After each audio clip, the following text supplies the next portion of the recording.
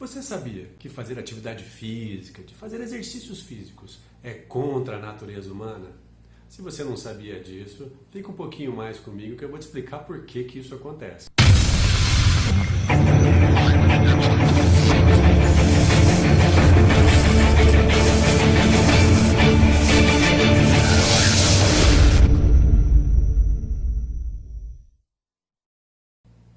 Olá pessoal, eu sou Alex e esse é o VO2 para Up, um sistema de formação de corredores de rua amadores que pode levar para você informações para que você tenha um ótimo ganho de aptidão física e muito mais do que isso.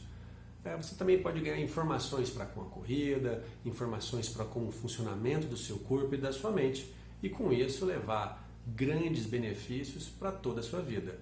Bem, nós estávamos falando aqui anteriormente que o homem não foi feito para fazer atividades físicas, para fazer exercícios. Não quer dizer que ele não possa, não tenha capacidade de fazer isso. Mas alguma vez você foi num zoológico, alguma vez você foi num lugar em meio à natureza e viu alguma foca fazendo abdominal? Você por um acaso viu algum leão, algum tigre na esteira praticando as suas aptidões físicas? Não, você nunca viu isso. Nós temos que entender como funciona a nossa mente, ou aliás, como ela foi formada durante todo esse tempo, para agora entender por que é tão difícil colocar em prática aquilo que você sabe. Aquilo que você sabe que pode fazer bem a você, que pode trazer benefícios para você, e você acaba não conseguindo. Você até começa e depois termina. Então, para você entender um pouco mais disso, nós vamos hoje, nesse vídeo, explicar alguns detalhes que talvez possam ajudar você a tomar melhores decisões. E a partir daí você também conseguir ter melhores resultados nessa prática que você quer fazer. E aqui nós estamos falando principalmente da atividade física que é a corrida e a caminhada. Algo que vem sendo praticado há muito tempo. Há muito tempo, desde a época onde o homem entregava correspondência, cartas, recados entre as tribos, até hoje, com as maratonas, com grandes provas que têm acontecido envolvendo as pessoas de uma forma extremamente saudável. Mas vamos lá, antes vocês precisam me conhecer e saber por que eu, um fisioterapeuta, estou envolvido nessa relação entre a mente e as reações do nosso corpo. Há muito tempo eu venho me perguntando como que eu posso deixar a nossa mente, o nosso cérebro, esse sistema que gerencia todas as partes do nosso corpo, através das suas percepções, através da recepção disso que você sente, através da elaboração e interpretação do que isso significa e daí criando respostas que são automáticas ou não, melhores para você naquele momento. Como é que eu posso deixar de fora essa parte específica quando se fala de saúde no ser humano? Então, eu acabei migrando da fisioterapia ligado mais ao mundo da ortopedia, da traumatologia, também para a fisioterapia agora mais atual, que começa a relacionar a interação entre os aspectos que envolvem o funcionamento da nossa mente e as reações que podem causar isso no corpo. E não se engane, tá? Já existe muita informação falando sobre isso de uma forma bem específica. E depois, em outros vídeos, eu vou colocar para vocês como isso é possível. Como é possível você ter alterações físicas no seu corpo através de envolvimentos emocionais. Então, antes de qualquer coisa, já deixa aqui, já curta aqui no YouTube, esse canal do YouTube do VO2 para Up, deixa o sininho ativado para você receber as notificações quando sair novos vídeos. Curta lá no Instagram, @VO2 para Up, e também no Facebook, que você vai acompanhando todo esse desenrolar do que eu estou dizendo aqui. Mas vamos lá, vamos voltar para o nosso tema. O nosso tema fala diretamente do porquê que o homem não gosta de fazer atividade física. E não é o homem, é o animal. O animal só gosta de gastar energia para 3 situações. Marca aí. E se você prestar bastante atenção, não é diferente em relação ao homem, porque nós somos animais, Nós somos mamíferos da classe Homo sapiens sapiens, aqueles que pensam sobre o que pensam. Então vamos lá. Nós temos 3 situações que nos movimentam a gastar energia de uma forma significativa. A primeira dela é através, ou ir atrás de sexo, de procriação. Esse instinto mexe com muita gente. E talvez você já tenha um colega, um parente, um familiar que que já contou aquela história, nossa, naquele momento eu não consegui usar de uma prevenção para evitar engravidar, né? Porque isso é uma coisa muito forte e instintiva e faz a gente correr, às vezes andar quilômetros atrás de um bom parceiro ou boa parceira. Segunda situação é para fugir de predadores, né? Obviamente que tem muitas coisas que podem afetar a vida daquele animal ou a gente mesmo, e a gente acaba criando situações de energia para poder escapar desse processo. Então, nesse momento, vale a pena eu gastar essa energia. E a terceira coisa é atrás de alimento, através daquilo que pode também estar ligado com a minha subsistência, com a minha sobrevivência. Então, obviamente, você nunca deve ter visto no zoológico uma foca fazendo abdominal. Você nunca viu lá no meio da selva um tigre, um leão fazendo uma esteira, praticando as suas habilidades aeróbicas de corrida. Isso você nunca vai ver. Porque a tendência, né, desse cérebro que começa a ser formado lá atrás, primitivamente, com a evolução dos animais mais simples até chegar no homem, é que tudo se foque na sobrevivência. E a sobrevivência não fala para você, né, acordar às 5 horas da manhã, calçar o seu tênis, ir lá e ter aquele baita gasto de energia, aquele esforço, aquela sensação desconfortável, simplesmente para que você tenha uma melhor qualidade de vida. E isso não faz parte desse cérebro que se desenvolveu para a sobrevivência. Isso só vai fazer parte da parte do ser humano, do cérebro do ser humano, aonde ele percebeu que talvez ficar fechado dentro de uma caverna, sem as infinitas possibilidades de arranjar um ambiente melhor, né, um local onde ele se sinta protegido, mas que tenha alimento, que tenha facilidades, e tudo aquilo que a gente vem conquistando com o nosso cérebro racional, aí ele começa a sair do que a gente está chamando de zona de conforto. Opa, o que é mais vantajoso? Eu ficar aqui protegido, mas não conseguir comida, né? Não conseguir evoluir, mudar essas características que hoje fazem parte de forma tão fácil do ser humano, né? Do que eu ir atrás de algo que possa melhorar a qualidade da minha vida. Tá? Então, a gente tem que começar a entender por isso. E aí nós temos algumas classificações funcionais do cérebro, através de estudiosos, por exemplo, como Paul MacLean, que descreveu um cérebro chamado cérebro reptiliano. Esse cérebro reptiliano, ele vai ser dividido em 3 partes específicas, ou seja, aqui, nessa parte inicial do nosso cérebro, nós chamamos de tronco cerebral, o cérebro onde estão as funções mais relacionadas àquilo que você não controla, o sistema automático do seu corpo. Controla batimento cardíaco, controla temperatura do corpo, fome, sede, tudo aquilo que de liberação de hormônios e substâncias que precisam equilibrar as reações químicas no seu corpo, tudo isso está nessa região. E essa região é chamada de cérebro reptiliano. É réptil mesmo, jacaré. Né? Alguns estudiosos falam, algumas pesquisas falam sobre 400 milhões de anos que esse tipo de cérebro já está presente nos animais. Um pouquinho mais acima, na região medial do nosso cérebro, estaria uma zona chamada de sistema límbico, ou seja, o sistema das emoções, que ele vai perceber aquilo que você sentiu, seja qual órgão do sentimento que você utilizou para isso, né? Os órgãos que têm a capacidade do paladar, do olfato, do cheiro, da audição, do tato, né? Tudo que ele recebeu passa por esse sistema automático e aí você vai dar um valor emocional para aquilo que você sentiu. Então, situações que acontecem com você, que envolvem de forma significativa, você também pode esperar do seu corpo reações significativas. Alguém coloca uma arma na sua cabeça, seu coração dispara sem você pedir. Mas para isso você tem que entender o que é essa arma. Né? Ou a agressão tem que ser fisicamente tão forte que automaticamente ela faz o seu cérebro tentar se livrar desse processo. Quando você pisa num espinho ou num objeto que te causa muita dor, você não vai raciocinar se você quer ou não para isso. A sua reação é instintiva. Né? Só que isso vai ter, somado às suas percepções em relação às suas emoções, às suas memórias prévias, uma reação que pode estar potencializada ou minimizada.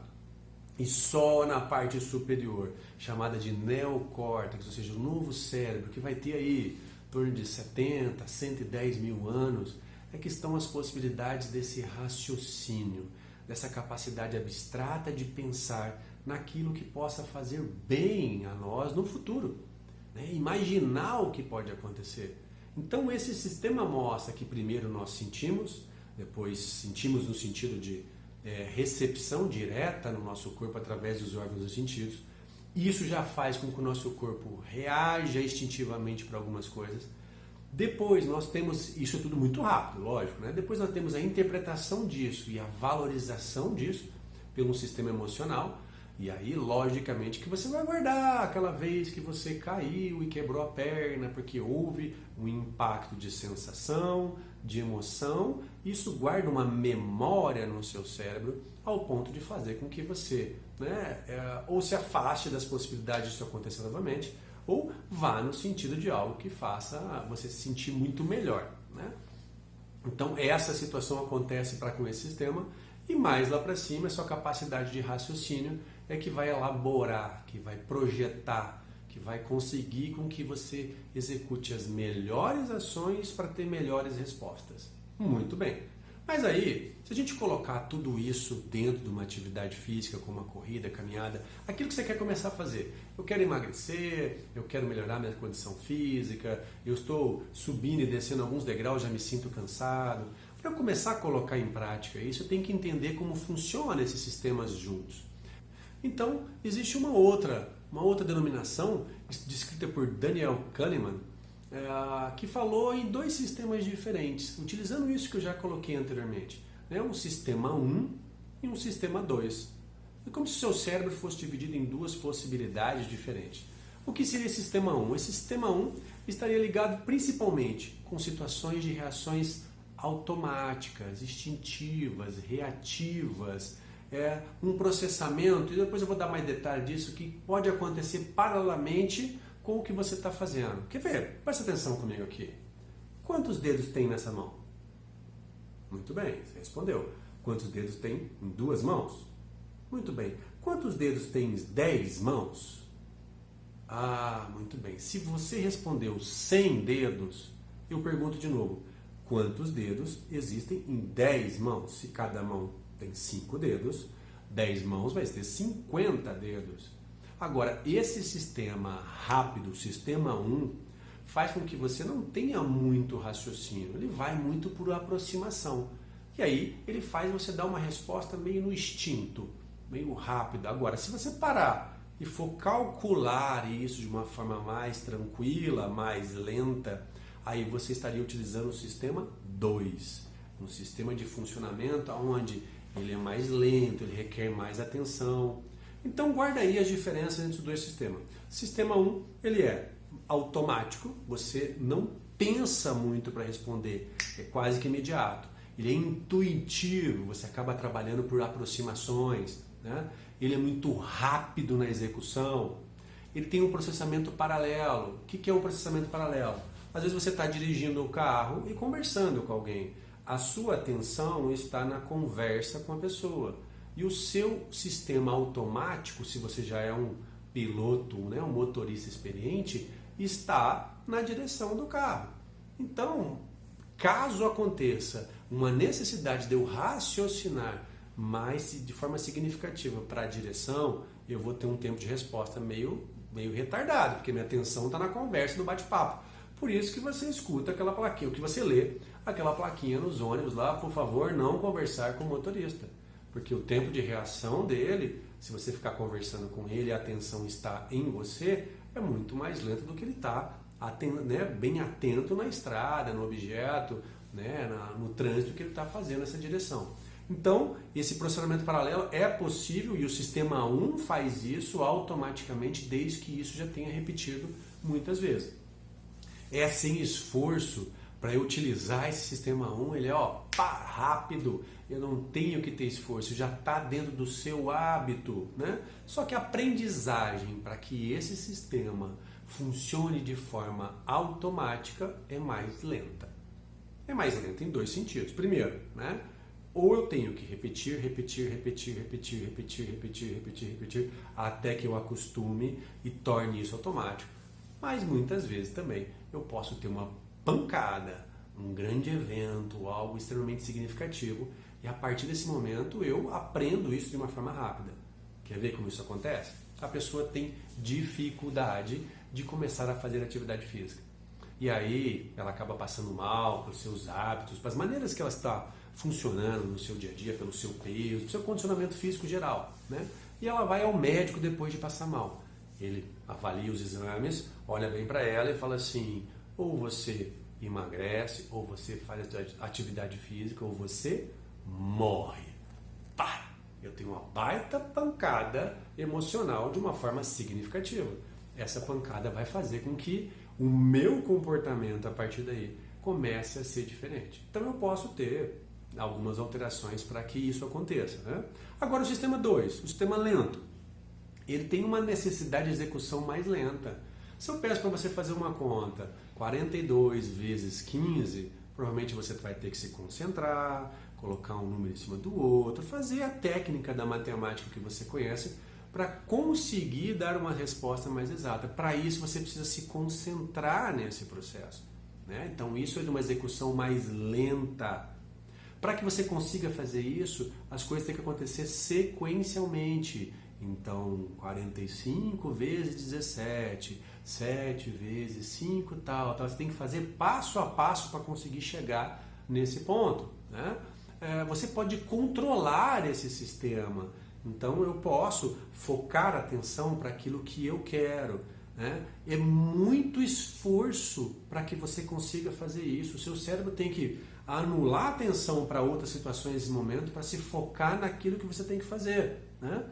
E, logicamente, que ele é dirigido por regras, por valores, mas também muito mais flexível para que você possa adaptar isso que você quer colocar em prática, né? Esse pensamento para as situações que você mais deseja. Então, assim, eu vi uma outra denominação que falava assim: vamos comparar, né, o nosso sistema 1 com um grande elefante e o sistema 2 como uma pessoa que estivesse em cima do elefante, controlando esse elefante. Então o potencial que esse elefante tem é fantástico, mas ele precisa de um controle, de alguém que domine isso.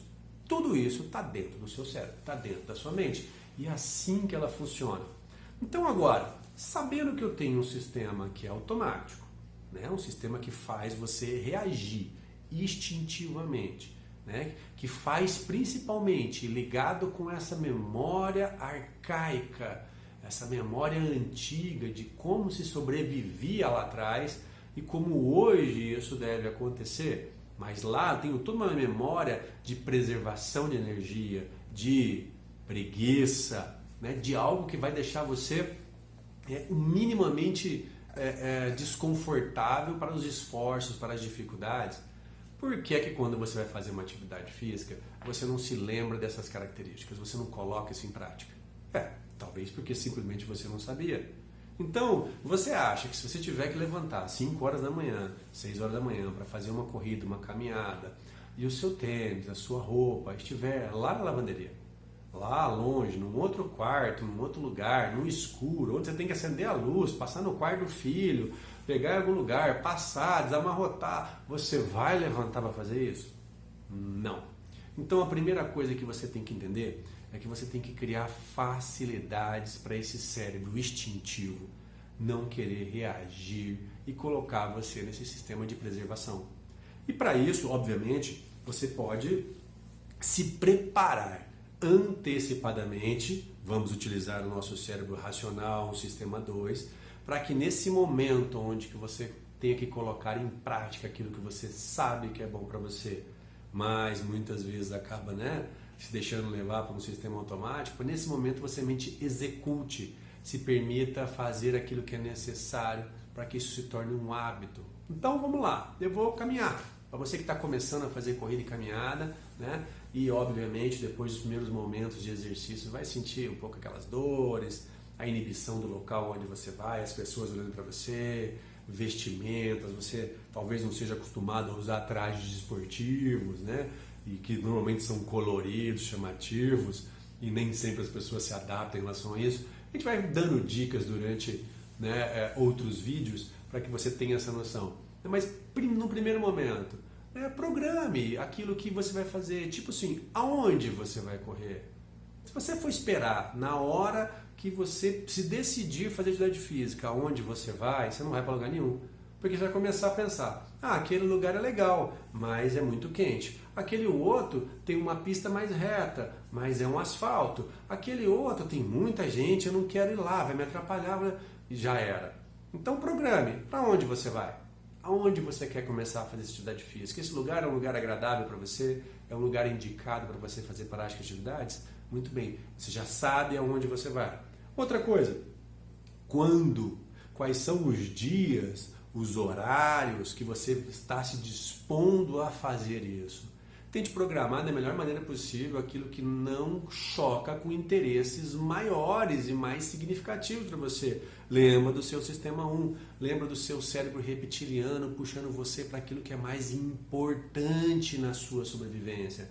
Então não tente concorrer com o seu trabalho, não tente concorrer com a escola do seu filho ou com momentos onde, num primeiro momento, você sabe que você vai acabar largando e falando assim, eu não posso parar para correr, para caminhar, porque tenho coisa mais importante para fazer. Muito bem. Só depois que estiver lá morto num caixão, porque você não cuidou da sua saúde física, que você vai lembrar dessa história, né? Bem, tá morto, não lembro de nada.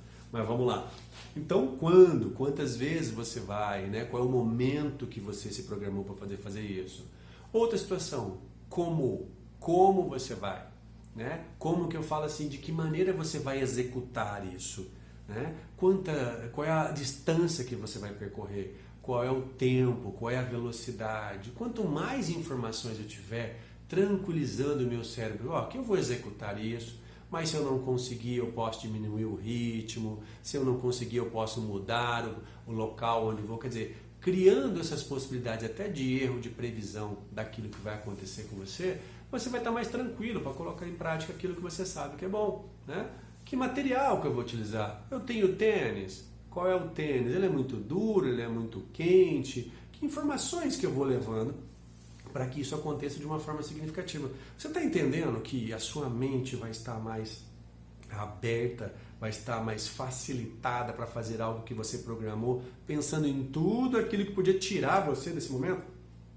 Mesmo assim, você vai ter que ter a famosa força de vontade. Você vai ter que colocar situações onde você se sinta, de alguma forma, que você vai perder menos fazendo atividade física do que ganhar simplesmente pelo conforto de ficar lá sentadinho no sofá com a bunda, né, e não fazendo nada que é realmente interessante para você. Com o tempo eu vou trazer mais vídeos para vocês aqui, né, nesse canal no YouTube do VO2 para Up, com outras dicas, com outras situações, para que vocês entendam como tudo isso que agora vocês sabem cada vez mais que vai fazer muito bem para vocês é extremamente possível de ser alcançado, mas para isso a gente tem que ter consciência e entendimento e aí utilizar a nossa inteligência, a nossa capacidade de pensar para que a gente possa se sentir bem depois. VO2 para Up, correr é diferente de sair correndo. Um grande abraço, até a próxima.